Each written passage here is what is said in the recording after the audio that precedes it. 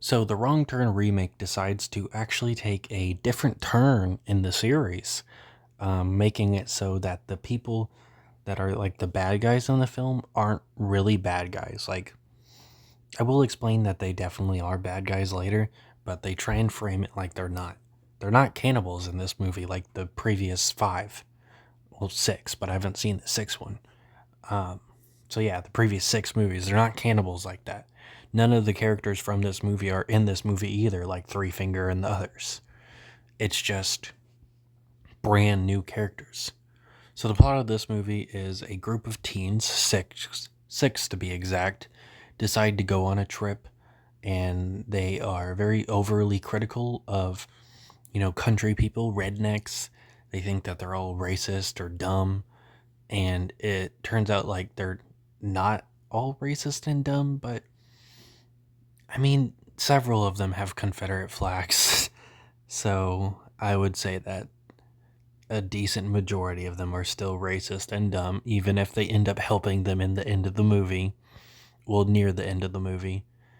Because there's like a Confederate flag just sitting in the bar. Just for no reason at all. Um, the main characters, I don't really remember any of their names. I did look at them at the cast, but I've already forgotten most of them. It's Jennifer, Adam, and Gary are the only ones I remember, and Darius. But none of them really all that matter that much. This is actually the second, as far as I know, since I haven't seen Wrong Turn 6, movie to actually do a wrong turn. Wrong Turn 5 was the first, where they actually made a wrong turn. All the other movies, they literally went where they were supposed to go.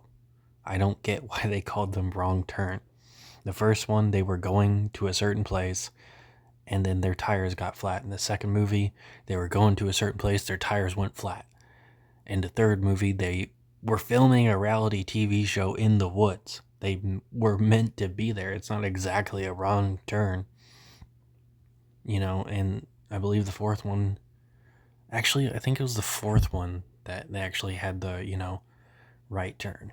Yeah, it was that one. That was the wrong turn. The fourth one, they end up going the wrong way when going to stay at a cabin. And then the fifth one, they're going to go see like some event, and it's not a wrong turn because they are meant to be there. Well, in this one, they're told to stay on the path, and they decide not to. So they made a wrong turn. Um, there's two gay characters in this movie. The first one dies pretty early on, getting crushed with a tree. Pretty cool kill. Pretty decently sad kill, even though we haven't got to know these characters all too well yet. But because like the acting is really what carries it. You really believe that these people are friends, and it's just heartbreaking to see this person get killed, especially in such a brutal and tragic way. Especially at first when you think, oh, like, yeah, this is going to be like a typical horror fake out where they all survive and they all go, you good guys, you good guys. And then everybody's like fine without a scratch. But he gets his face crushed. So then they have arguments about what they should do with his body. They eventually decide to just leave it. And, then that leads to more arguments. They wake up in the morning and their phones have been stolen. And one of the girlfriends is gone. I think her name was Mila, maybe. And that leads to panic. They think that, oh, she's killed too, because the main character, Jennifer, I believe, was like, she implied that she thinks someone pushed the log. She was pretty sure she saw someone push the log that killed Gary. And I believe it was Gary. Um, she also said that she had saw someone at night looking at them when they were sleeping. And then obviously their phones are gone now. So yeah, it's pretty crazy. So they end up realizing that they're wrong after Adam kills one of them in self-defense, because like he's bound and gagged with a bag over his head being carried around unconscious. That If they were really trying to help him, they should have just been carrying him. He shouldn't have had a bag over his head. He shouldn't have been bound and stuff like that. And then, like Mila comes from behind and they're like, oh shit, you just killed that person for no reason. They had weapons. They were carrying your unconscious friend that they caught with a trap. I think you had every right to kill them. And, that leads to this like court scene or whatever where they try and make you feel bad for these people. Like, oh, they actually are good people. They did nothing wrong. They're just different. You shouldn't judge people by their cover, even though these people are wearing like skull mask and we're speaking a different language, even though later the same person, he speaks decent English, who was in that scene. The two people are not speaking English when these teenagers are threatening them with weapons and wanting their friend back. They drop the friend and they continue to speak in a foreign language. They do not attempt to speak English.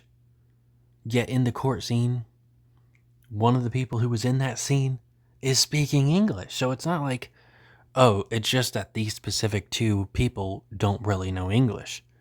They did, but they, for some reason, did not try to use it when they're clearly being threatened and they could explain what they were trying to do. They could have been like, no, we're just helping your friend. But they didn't.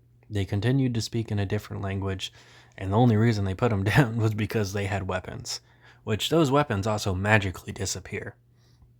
They just, for some reason, don't have them again, even though they end up getting hunted by these people. And one of them gets killed, Mila. And they say that she dies, but they never explain how, or there's not even like a defense in the court, like, oh, we had to put her out of her misery. They just tell them that, oh yeah, she's dead. So then court scene happens. They like are trying to make you go, oh no, these people aren't bad, by them saying all these defenses, like, oh, we were just helping your friend, and this and that and this and that and this and that. But there's no explanation for the cell phones. None. Which really, really, really pisses me off for some reason. Like, if they really weren't bad people, then why the fuck did they steal their cell phones? And why is there no explanation given to the cell phones? They just expect you to forget about that pretty important plot point, which just irks me so bad. So, then Adam's killed because of murder or whatever. He's killed the same way. And then the last three teens are deemed, they got to get an eye for an eye, where their eyes will be burnt out. The other boyfriend, who's the boyfriend of the dead guy, Gary, gets his eyes burnt out. But Jennifer manages to find a way to get them to not kill her and her boyfriend. She says, hey, my boyfriend's really smart. He can build houses. He does all this stuff for his work. It would be a waste to blind him. And then they ask, well, what are you going to give? And she decides to offer herself up to whatever villager that lives there needs a wife, which I just find extremely weird. If they're both going to be living there, why can't she just say that her and the guy can have babies? Why does it have to be her giving herself up to some random fucking freaky cult dude here? Which obviously, since she obviously doesn't actually want to do this, is rape. It's coerced rape. It doesn't matter if she consents or whatever. This is rape, which just leads to some uncomfortable scenes. Like, they don't fully show it, but she has sex with him a few times because she's doing this to survive. And that's just really, really weird to me. Why couldn't she have just been like, well, yeah, I can make healthy babies with the guy I'm dating? No, she's just gonna offer herself up to the fucking weird old man because it just so happens his wife died from a fall recently. Just really, really weird. Darius ends up staying in the village because he's not a huge fan of capitalism and racism, and he thinks that this village is different from that. Like, yeah, they see him for his talent and not his race. And, I guess he gets a somewhat happy ending living in this weird ass cult for some reason. Um, her dad, who's been somewhat a character throughout the movie, ends up coming to save her. They escape. The main, creepy cult guy that we see the most ends up finding her home and coming to come get her. She has a hallucination about killing him, and then, this movie ends with her actually killing some of the people he was with, but I'm not sure if she killed him.